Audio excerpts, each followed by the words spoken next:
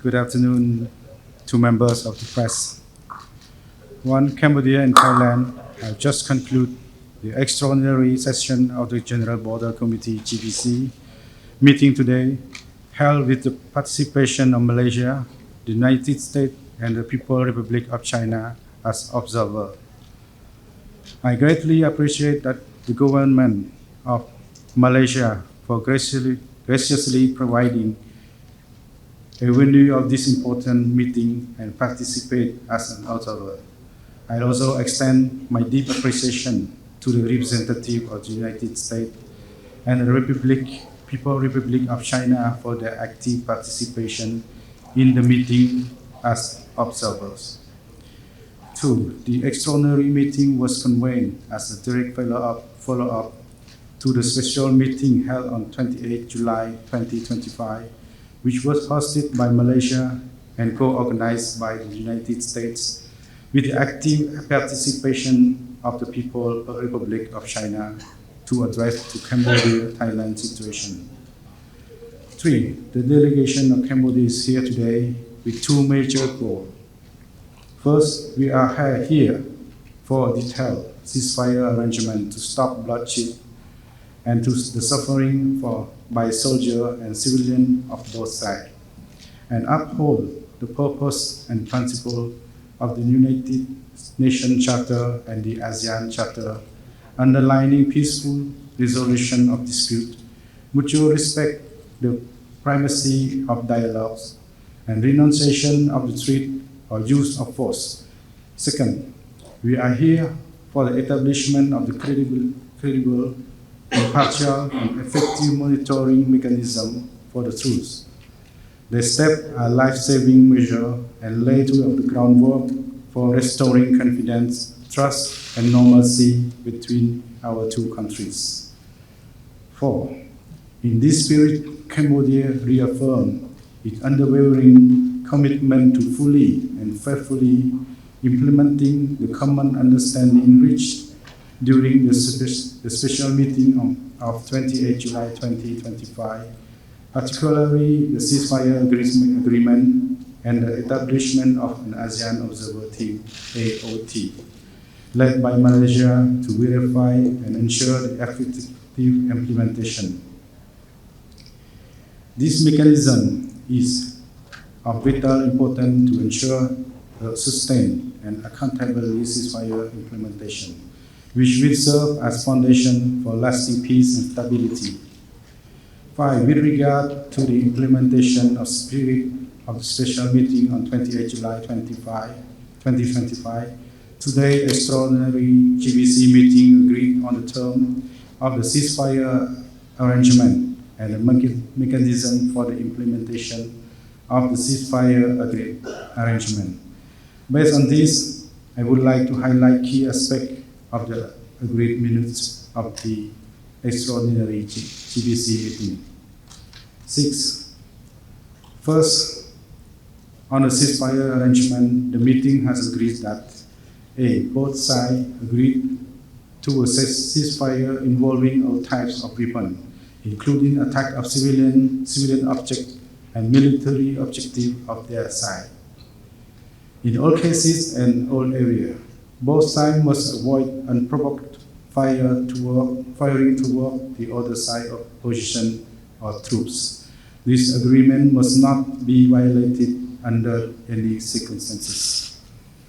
Both sides agree to maintain their current troop deployment without further movement as is at the time ceasefire reached at 2400 hour local time on 28 July 2025.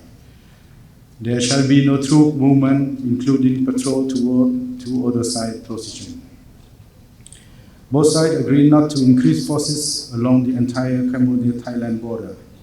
Any reinforcement would heighten tension and negatively affect long-term effort to resolve the situation. Both sides agreed to not to undertake provocative action and may escalate tension. This includes military activities to enter to the other side airspace and territory or position as of ceasefire from 2400 hour local time on 28 July 2025. Both sides agreed to refrain from constructing and enhancing any military infrastructure and fortification beyond their own side. Both sides agreed not to use any kind of forces against civilian and civilian objects in all circumstances. Such action would not only endanger communities in the border area, but also violated international law and tarnish the global image of the non-compliant side. Both sides agreed to maintain regular communication at all levels, particularly maintain regular communication between all army area and military region and unit along the border of both sides, and strive to resolve all issues peacefully and avoid clashes. Convene the Regional Border Committee RBC meeting within 2 weeks after this extraordinary GBC meeting, with the host to be determined in accordance with regular hosting rotation. Maintain regular and direct line of communication between ministers and chief of defense forces level. Both sides agreed to schedule the next GBC meeting within 1 month after 7 August 2025 in a venue to be discussed. Otherwise, an extraordinary GBC meeting should be called immediately with the same format as the extraordinary GBC meeting to discuss the ceasefire. I just shared with you the term of the ceasefire arrangement. Now I would like to turn to the second topic with regard to the establishment of the mechanism for the implementation of the ceasefire arrangement as follows. Both sides remain committed to implementing the common understanding reached at the special meeting on 28 July 2025, including the ceasefire and formation of ASEAN Observer Team led by Malaysia to verify and ensure its implementation. Both sides agreed to assign the respective RBCs to carry out the implementation of ceasefire coordinated and observed by ASEAN Observer Team led by Malaysia. The RBC will meet regularly and submit their report to the GBC through their respective national chain of command. Both sides agreed that pending the ASEAN Observer Team led by Malaysia, as agreed upon by both sides in Putrajaya on 28 July 25, the Interim Observer Team IOT, comprising defense attaché of ASEAN member states accredited to Cambodia, Thailand, and led by Malaysian defense attaché, will be established separately and independently in each country, Cambodia and Thailand, to observe on each side the implementation of ceasefire on a regular basis. The composition of each country IOT is independently invited by the host country in consultation with Malaysia. The IOT will operate without crossing the border and will work in close coordination and consultation with the RBC and GBC of each country. Ladies and gentlemen, in addition to the above said point, I would like to highlight 2 additional important issues. Firstly, both sides agreed to comply with international humanitarian law in the treatment of captured soldiers, including their living condition, shelter, food, and medical care in case of injury. If one side wishes to bring it on own soldier or civilian who are not under the control of the other side for medical treatment, the receiving side may determine its response based on the capacity of the medical facilities, including available equipment, personnel, or medical technique on a case-by-case basis.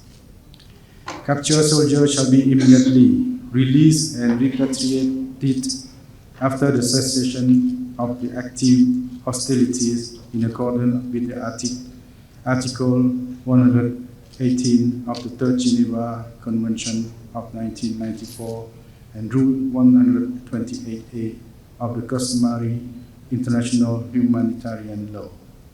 Both sides agree to exchange information and facilitate the dignified and timely return the deceased immediately at an agreed location in the full respect of humanitarian principle and jurisdiction without crossing the border. In this spirit, Cambodia hopes that Thailand will immediately release and return the 18 captured Cambodian soldiers.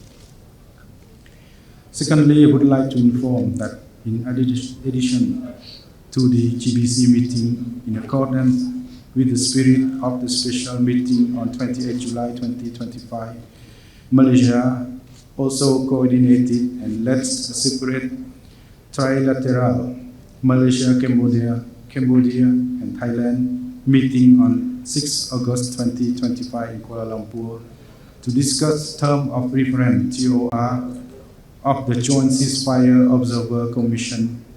Cambodia underlined the importance of the earlier conclusion of the TOR. It is important that this trilateral meeting, coordinated and led by Malaysia, need to continue so that we achieve that the TOR at the earliest. To this end, Cambodia stands ready to work closely and proactively with Malaysia and Thailand. Finally, I wish to iterate Cambodia's determination to work constructively, in good faith and in close cooperation with Thailand, Malaysia, other fellow ASEAN member states, and all relevant partners to ensure the ceasefire's full and effective implementation and resolve all disputes by peaceful means in accordance with international law and ASEAN Charter. Thank you.